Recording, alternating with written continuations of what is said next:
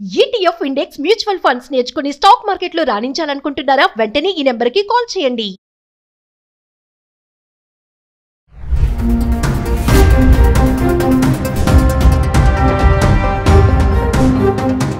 నమస్తే, welcome back to Suman TV. Present మనతో పాటు ఉన్నారు అనలిస్ట్ మందరి కృష్ణారెడ్డి గారు.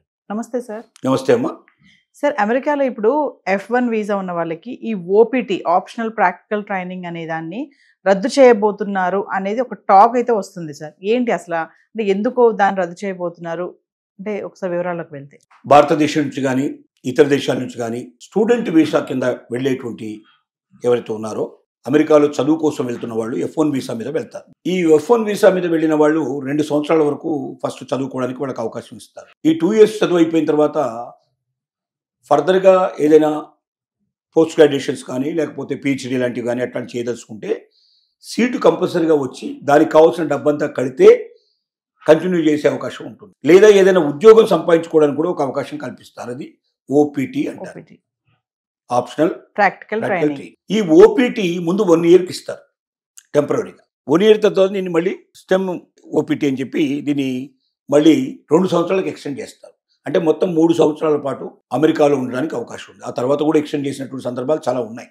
ఇది చేయడం వల్ల ఏమవుతుందంటే అసలు చాలామంది OPT ఉందన్న ఉద్దేశంతో చాలామంది maximum 95 to 98% of the students OPT కోసమే వెళ్తున్నారు. అక్కడ ఏమిటి OPTలో ఉన్న మహత్యం ఏమిటంటే OPT టైంలో వాళ్ళు ఉద్యోగాలు చేసుకోవచ్చు. పార్ట్ టైం ఉద్యోగాలు లేదా ఫుల్ టైం ఉద్యోగాలు చేసుకోవచ్చు. ఉద్యోగం చేస్తూ తన భవిష్యత్తును అక్కడ మొత్తం చూసుకోవడానికి అవకాశం ఏర్పడుతుంది. చదువు పేరుతో వెళ్ళినప్పటికీ చదువు తర్వాత వాళ్ళు స్థిరపడటానికి OPT దానికి కారణం కాబట్టి. లేదా చదువు అయిపోగానే మీరు అమెరికా నుంచి వెళ్ళి రావాలంటే ఎవడు అసలు చదువుకోవడానికి వెళ్ళరు. 2 ఏళ్ళు కాగానే వచ్చేసాం.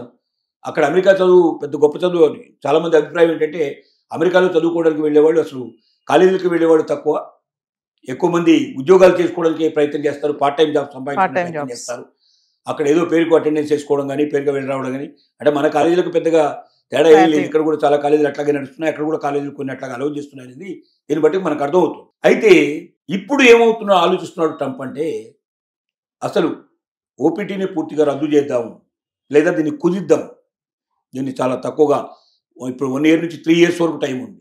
ఈ 3 years నుంచి 2 years చేయడం కానీ లేదా 1 yearకే రిస్ట్రిక్ట్ చేయడం కానీ ఇలా పెట్టాలా లేదా పూర్తిగా రద్దు చేయాలా అని ఆలోచిస్తుంది. అలా రద్దు చేస్తే ఎవడు రాడు చదువుకోవడానికి. 98% రారు. ఓన్లీ 1 or 2% ఎవరన్నా బాగా డబ్బు ఉన్న వాళ్ళు ఏదో అమెరికాలో చదువుకొచ్చారని గొప్పగా చెప్పుకోవడానికి మాత్రం వెళ్తారు తప్ప ఎవరు కూడా అక్కడ స్థిరపడడానికి సిద్ధపడేవాడు, అక్కడ ఉద్యోగం చేసుకోవడానికి సిద్ధపడేవాడు కూడా 2 సంవత్సరాల తర్వాత వెనక్కి వచ్చిన తర్వాత మళ్ళీ H1B వీసా దొరికితేనే వెళ్ళాలి.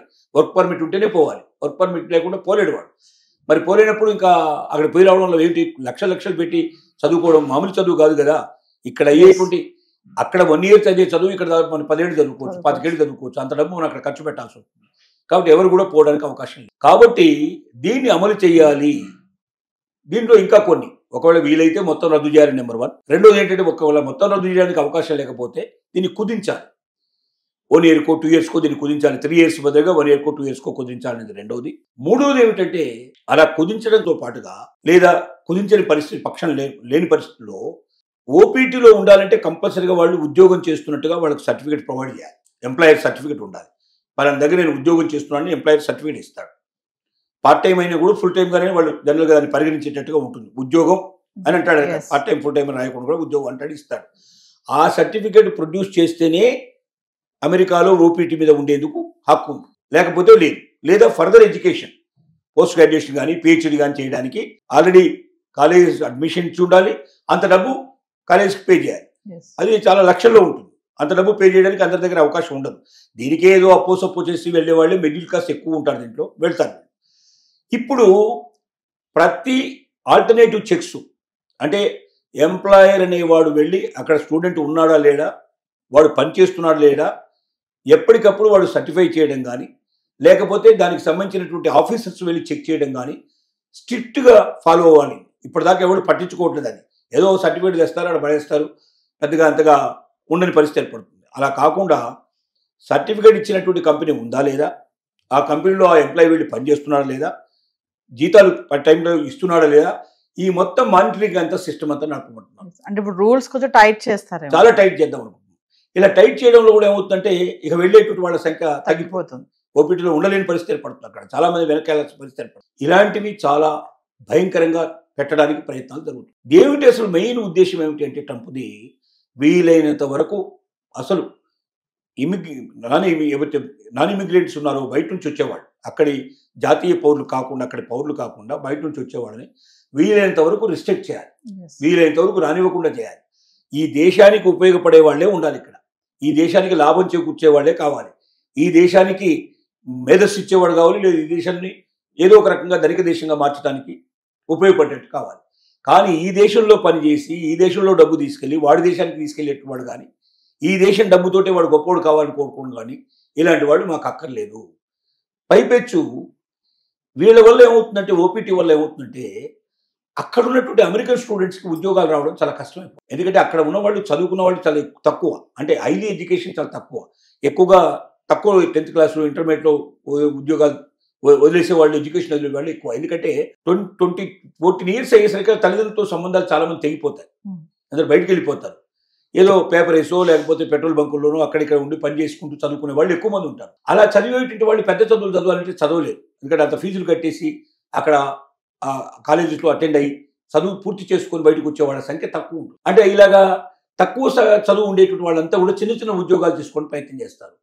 F1 వీసా మీద వెళ్ళే వాళ్ళందరికీ ఆ చిన్న చిన్న ఉద్యోగాలే దొరుకుతాయి. అంటే ఏమవుతుంది, F1 వీసా మీద వెళ్ళే వాళ్ళేమో చాలా తక్కువ వేతనాలతో పనిచేయడానికి సిద్ధపడతారు. అదే అమెరికన్ పౌరుడు అదే ఉద్యోగానికి 4 to 5 times ఎక్కువగా వాడు డిమాండ్ చేస్తాడు. డిమాండ్ అంటే వాడికి ఉన్నాయి రూల్స్ ఉన్నాయి. అట్లాగా అమెరికన్ గవర్నమెంటే అమెరికన్ సిటిజన్ ఎవరు పనిచేయాలన్నా కూడా ఇంత మినిమం సాలరీ ఇవ్వాలని మినిమం వేజెస్ అనేటువంటి సిస్టమ్ పెట్టారు. కాబట్టి అమెరికన్ పౌరుడు అక్కడ ఉద్యోగం చేస్తున్నప్పుడు తప్పనిసరిగా అంత డబ్బు ఇవ్వాలి. అదే డబ్బు కన్నా 4-5 ఇంతలు తక్కువ ఇచ్చేసి పని చేయించుకోవడానికి, తర్వాత ఎక్కువ టైం అయినా పని చేస్తాడు, ఓవర్ టైం అయినా పని చేస్తాడు, హాలిడేస్ సండేస్ కూడా వచ్చి పని చేయమంటే పని చేస్తారు. అదే వాడు అమెరికన్ పని చేయడు, చచ్చినా పని చేయడు, ఫ్రైడే దాకానే పని చేస్తానంటాడు, సాటర్డే సండే పిలిచినా రాడు, ఒక్క నిమిషం లేట్ అయినా అక్కడ ఉండడు, ఒక్క నిమిషం వాడు లేటుగా రాడు, కరెక్ట్ టైంకి వస్తాడు, టైంకి వెళ్ళిపోతాడు.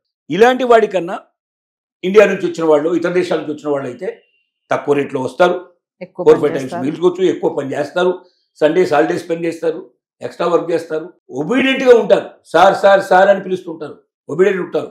అమెరికా అట్లా ఉండదు. నువ్వు నాకు రెస్పెక్ట్ ఇవ్వు, నేను నీకు రెస్పెక్ట్ ఇస్తా, నువ్వు నాకు రెస్పెక్ట్ ఇవ్వకపోతే నువ్వు ఎవడు నీకు రెస్పెక్ట్ ఇవ్వననే పరిస్థితిలో ఉంటుంది అక్కడ. కాబట్టి వీటన్నిటిని దృష్టిలో పెట్టుకొని అక్కడ ఉద్యోగాలు బాగా పెరగాలంటే, అమెరికన్స్కి ఉద్యోగాలు ఎక్కువ రావాలంటే ఓపీటీ రద్దు చేస్తే అమెరికన్ ఉద్యోగాలు బాగా పెరుగుతాయి అని ఆలోచనలో ఉన్నారు. అట్ ద సేమ్ టైం మళ్ళీ ఏంటంటే భయం కూడా ఉంది, ఓపీటీ రద్దు చేస్తే ఇక్కడ ఉన్న ఎడ్యుకేషన్ ఇన్స్టిట్యూషన్స్ అన్ని మూసేయాల్సిన పరిస్థితి ఏర్పడుతున్నాయేమో. అలాగే చిన్న చిన్న ఉద్యోగాలకి అమెరికన్స్ దొరకకపోతే కూడా అక్కడ వీళ్ళని పెట్టాలంటే ఇంకెవరిని పెట్టాలన్నా దొరకకపోతే చాలా కష్టం అవుతుంది. కొన్ని భయాలు ఉన్నాయి. కానీ at the same time restriction పెట్టి కొంచెం తగ్గించాలనే ఉద్దేశంతో ఉన్నారు. బహుశా దాన్ని ఈ ఇయర్ ఎండింగ్ లోపల, డిసెంబర్ లోపల కానీ లేకపోతే ఫస్ట్ హాఫ్ లోపల, జూన్ లోపల కానీ 2026లో అమలు చేయాలనుకుంటున్నారు. కానీ ఈ ఇయర్లో చేసే అవకాశాలు 99% లేవని చెప్పుకోవచ్చు. 2026 బిగినింగ్లో ఎప్పుడైనా చేస్తే వచ్చే సమస్య ఏంటంటే, ఇప్పుడు అక్కడ ఆల్రెడీ ఎడ్యుకేషన్ పూర్తయి ఓపీటీలో ఎంటర్ అయిన వాళ్ళకి ఇబ్బంది లేదు, వాళ్ళకి ఆ 3 years ఉంటుంది, వాళ్ళని ఎవరు రిస్ట్రిక్ట్ చేయడానికి వీల్లేదు. ఒకసారి ఓపీటీ ఇచ్చేసారంటే దాని ప్రకారం పోవాల్సిందే.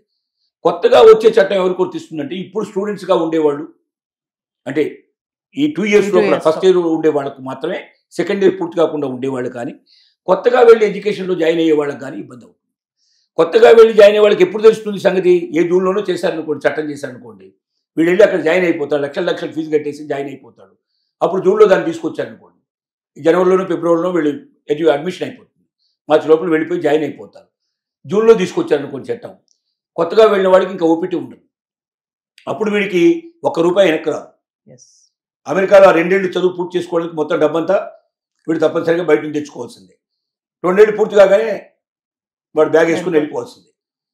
చాలా ఇబ్బంది పడతారు, చాలా బాధపడతారు. కాబట్టి ఓపీటీ గురించి జాగ్రత్తగా అబ్జర్వ్ చేసి, ఓపీటీ రద్దుకు అమెరికా సన్నాహాలు చేస్తుందని ఏమాత్రం సందేహం ఉన్నా, ఒకవేళ రద్దు చేసినా నేను నా చదువు పూర్తి చేసుకుని వెనక్కి రాగలనా, ఉద్యోగం లేకపోయినా నేను చేయగలనా, అమెరికాలో చదువుకు మాత్రమే నేను వెళ్ళగలనా అని ఇన్ని ప్రశ్నలు వేసుకొని, అలాంటి వాళ్ళు మాత్రమే మీ పిల్లల్ని మీరు అమెరికా పంపించండి. స్టూడెంట్స్ ఎవరైనా ఉంటే ఇవన్నీ గమనించుకొని వెళ్ళండి. ఒక్కసారి మీరు వెళ్ళిన తర్వాత ఓపీటీ రద్దయితే మాత్రం మీరు చాలా బాధలు పడతారు, చాలా ఇబ్బందులు పడతారని మనం హెచ్చరిక చేయాల్సిన పరిస్థితి ఏర్పడుతుంది.